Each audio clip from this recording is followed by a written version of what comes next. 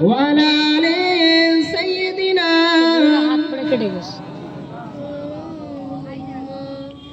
আলহামদুলিল্লাহ। মুআজ্জাজ মুহতারাম উলামায়ে দ্বীন, সামনে বসে থাকা দিন দরদি ইসলাম দরদি আমার বাবাজি ও ভাইয়েরা, যে মহান আল্লাহ পাক রব্বুল আলামিন আমাদেরকে ভালোবেসে মহব্বত করে এমন একটি জায়গায় আসার এবং বসার মতন তৌফিক দান করেছেন, সেই মহান আল্লাহ পাক রব্বুল আলামিন দরবারে লাখ কোটি শুকরিয়া। আমরা সকলে বলি আলহামদুলিল্লাহ। তারপরে পরে তার নবী, তার হাবিব, দিন ও দুনিয়ার বাদশাহ হাবিবুল্লাহকে, যে নবী না আসলে আসমান জমিন পাহাড় চন্দ্র তারা এমনকি আমরা পর্যন্ত সৃষ্টি হতাম না, সেই নবীর প্রতি দরুদ ও সালাম সকলে বলি সাল্লাল্লাহু আলাইহি ওয়াসাল্লাম। আল্লাহ পাক রব্বুল আলামিন বান্দাদেরকে এত মহব্বত করেছেন, আল্লাহ পাক রব্বুল আলামিন বান্দাদেরকে এত ভালোবেসেছেন বলে আজকের এই ভবনে আটখোলায় বাজার জামে মসজিদে আসার, এই ইসাল্লি সোয়াবে আসার এবং বসার মতন তৌফিক দান করেছেন, সকলে বলি আলহামদুলিল্লাহ। আল্লাহ পাক রব্বুল আলামিন পবিত্র কালামুল্লাহ শরীফের মধ্যে বলছেন, কুল্লু নাফসিন যায়িকাতুল মাউত, মউতের স্বাদ প্রত্যেকটি জীব জন্তুর এবং মানুষ জাতিদের মউতের স্বাদ গ্রহণ করিতে হবে।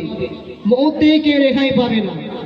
মউতের ভয়ে তুমি যদি 10 ফুট মাটির নিচে যদি লোহার খাঁচা করে যদি ওখানে থাকো, ওখানেও মালাকুল মাউত আজরাইল আলাইহিস সালাতু ওয়াস সালাম হাজির হয়ে যাবে, সেখানে তোর মউত নিশ্চিতভাবে হয়ে যাবে। মুসলমান ঘরের ছেলেমেয়েরা, আপনারা তরুণেরা, ও যুবকেরা, ও আমার নবী পাকের প্রেমিকেরা, আল্লাহ পাক রব্বুল আলামিন পবিত্র কালামুল্লাহ শরীফের মধ্যে জানান, কুল্লু নাফসিন যায়িকাতুল মাউত, প্রত্যেকটি জীব জন্তুর জানোয়ারকে মউতের স্বাদ গ্রহণ করিতে হবে বাবা, মউত থেকে রেহাই পাবে না। মউতের ভয়ে তুমি যদি লুকাতে চাও, যেখানে লুকাবে সেখানে মালাকুল মাউত আজরাইল আলাইহিস সালাতু ওয়াস সালাম হাজির হয়ে যাবে।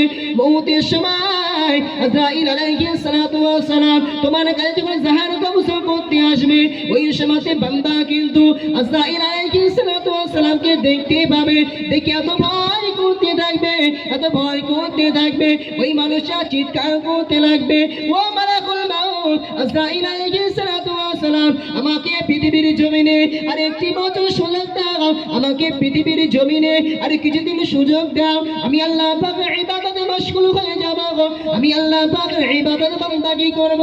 ওই সময়তে আজরাইল আলাইহিস সালাতু ওয়াস সালাম বলবে, ও আমার আল্লাহ পাকের বান্দারে, পৃথিবীর জমিনে বান্দাকে একটিবার সুযোগ দেয়া হয়, বান্দাকে একটিবার সুযোগ দেয়া হয়, আর সুযোগ দেয়া হয় না। আজকের আল্লাহ পাকের হুকুমে, আজকের আল্লাহ পাকের হুকুমে আমি আজরাইল তোমার জানটা নিয়ে আমার আল্লাহ পাকের দরবারে হাজির হয়ে যাব। ওই সময়তে বান্দার রূহ মুবারকটাকে যখন নিয়ে চলে যাবে, বান্দা ইন্তেকাল হয়ে যাবে, বান্দার আত্মীয় স্বজনরা খবর পেয়ে যাবে, বান্দার আত্মীয় স্বজনরা চলে আসবে, বান্দাকে নিয়ে যখন কবরস্থ করার জন্য যখন গোসল দিয়ে জানাজার ময়দানে নিয়ে যাওয়া হবে, জানাজার ময়দানে যখন নিয়ে যাওয়া হবে, ওই জানাজার ময়দান থেকে যখন বান্দাকে কবরস্থ করার জন্য ওই রূহ মুবারকটাকে যখন কবরের থেকে নিয়ে হবে, ওই বান্দা শুধু চিৎকার করতে থাকবে, ও আমার পাড়া প্রতিবেশীরা, ও আমার আত্মীয় স্বজনেরা, ও আমার গ্রামবাসীরা, তোমরা আমাকে এই কবরের ভিতরে নিয়ে যাও না, তোমরা আমাকে গভীর কবরের মধ্যে রেখে আসো না, কারণ আমার কবরের মধ্যে এত আযাব হয় আমি সহ্য করতে পারবো না। তোমরা যত দেখতে পেতে আমাকে আর এই কবরের মধ্যে রেখে আসতে না। আল্লাহ নবী হাদিস পাকের মধ্যে জানান, কোন ইমানদার ব্যক্তি যদি মারা যায়, কোন ইমানদার ব্যক্তি যদি ইন্তেকাল করে যায়, আমার নবী পাক কারীম সাল্লাল্লাহু আলাইহি ওয়াসাল্লাম জানান, ওর রূহ মুবারকটাকে নিয়ে যখন কবরস্থ করার জন্য যখন কবরের দিকে নিয়ে যাওয়া হয়, ওই বান্দা শুধু বলতে লাগে, ও আমার আত্মীয় স্বজনেরা, ও আমার পাড়া প্রতিবেশীরা, তোমরা আমার লাশটাকে নিয়ে, তোমরা আমার রূহ মুবারকটাকে নিয়ে তাড়াতাড়ি করে ওই কবরের মধ্যে রেখে আসো, কারণ আমার আল্লাহ পাক রব্বুল আলামিন আমার কবরের মধ্যে জান্নাতুল ফিরদাউস নসিব করে দিয়েছে। জোরে বলুন সুবহানাল্লাহ। আল্লাহ পাক রব্বুল আলামিন বান্দাদের এত মহব্বত করেছে, কোন বান্দা যদি ইন্তেকাল হয়ে যায়, ওই বান্দা যদি ঈমানদার ব্যক্তি হয়, ওই বান্দা যদি আল্লাহওয়ালা ব্যক্তি হয়, ওই ব্যক্তি কি বলতে থাকে, ওই ব্যক্তি বলতে থাকে, তুমি আমাকে তাড়াতাড়ি করে আমার কবরে রেখে আসো, কারণ কবরে রেখে আসে, তার কবরে তো দয়ার জান্নাত রয়েছে, সেই জন্য করে বলছে আমাকে তাড়াতাড়ি করে কবরে রেখে আসো।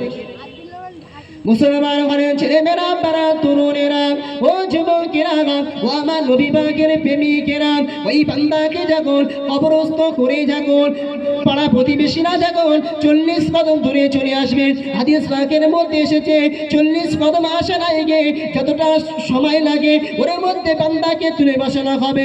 বান্দার যা কিছু রোগ থাকুক না কেন, বান্দার যদি প্যারালাইজ রোগে যদি মারা যায়, আল্লাহ পাক বান্দাকে ভালো করে দেবে। আল্লাহ পাকের ওই বান্দা যদি স্ট্রোক হয়ে মারা যায়, আল্লাহ পাক তার রোগকে ভালো করে দেবে। ওই ব্যক্তি যদি অসুখে মারা যায়, আল্লাহ পাক তার রোগকে ভালো করে দেবে। ওই ব্যক্তি যদি কোনো অসুখের ভিতরে যদি মারা যায়, আল্লাহ পাক তার রোগ ভালো করে দিয়ে আল্লাহ পাক সেই ব্যক্তিকে যখন হিসাব নিকাশ করার সময় ওই ব্যক্তির কবরে যাবো মালাকুল মাউত আজরাইল আলাইহিস সালাতু ওয়াস সালাম ওই কবরের মধ্যে যখন মুনকার নাকি ফেরেশতা আসে, ওই কবরের মধ্যে একটি ফেরেশতা আসবে, তার নাম হলো হযরত ওমর আলাইহিস সালাতু ওয়াস সালাম। ওই ব্যক্তি যখন ওই ফেরেশতা যখন ওই ব্যক্তির কবরের মধ্যে আসবে, ওই কবরের মধ্যে এসে বান্দার যখন হিসাব নিকাশ করার জন্য বান্দার কাছে কিছু জিজ্ঞাসা করবে, ও আমার আল্লাহ পাকের মাহবুব বান্দারে, আল্লাহ পাক তোকে পৃথিবীর জমিনে 50 বছর হায়াত দিয়েছে, আল্লাহ পাক তোকে পৃথিবীর জমিনে 60 বছর হায়াত দিয়েছে, আল্লাহ পাক তোকে পৃথিবীর জমিনে 30 বছর হায়াত দিয়েছে। তোর হায়াতে জিন্দেগিতে তোর যৌবন কালো, তোর যৌবন হারাতে তুই কি কি আমল করেছিস বান্দা লিখতে থাক। বান্দা বলতে লাগবে, ও ফেরেশতা আমি কি খাতা কলম নিয়ে এসে নাকি আমি লিখতে পারবো না। ওই শোনাতে রুমান আলাইহিস সালাতু ওয়াস সালাম তার গোলার দাঁত থেকে এক টুকরো কাপড় ছিঁড়ে ওই ব্যক্তির হাতে ধরিয়ে দেবে, বলতে লাগবে এইটা তোমার জন্য খাতা, তোমার শাহাদাত আমলটা, তোমার জন্য কলম, তোমার মুখের থুতুটা, তোমার জন্য কালি। বান্দা লিখতে থাকবে, বান্দা লিখতে থাকবে, বান্দা লিখতে লিখতে বান্দার মুখের থুতু ফুরিয়ে যাবে, তথাপিও বান্দার লেখা শেষ হবে। যাই হোক, কিছু করে আলোচনা করলাম, এর মধ্যে যদি কিছু আপনারা ভুল নিয়ে থাকেন আমাকে ক্ষমা করবে, আমার জন্য দোয়া করবে। আমি এখনো পর্যন্ত পড়াশোনা করছি, আমার জন্য দোয়া করবে, আমি যেন শেষ করতে পারি। সকলে আমার জন্য দোয়া করবে। ওমা আলাইনা ইল্লাল বালাগ। আল্লাহুম্মা সাল্লি আলা। শুকরিয়া।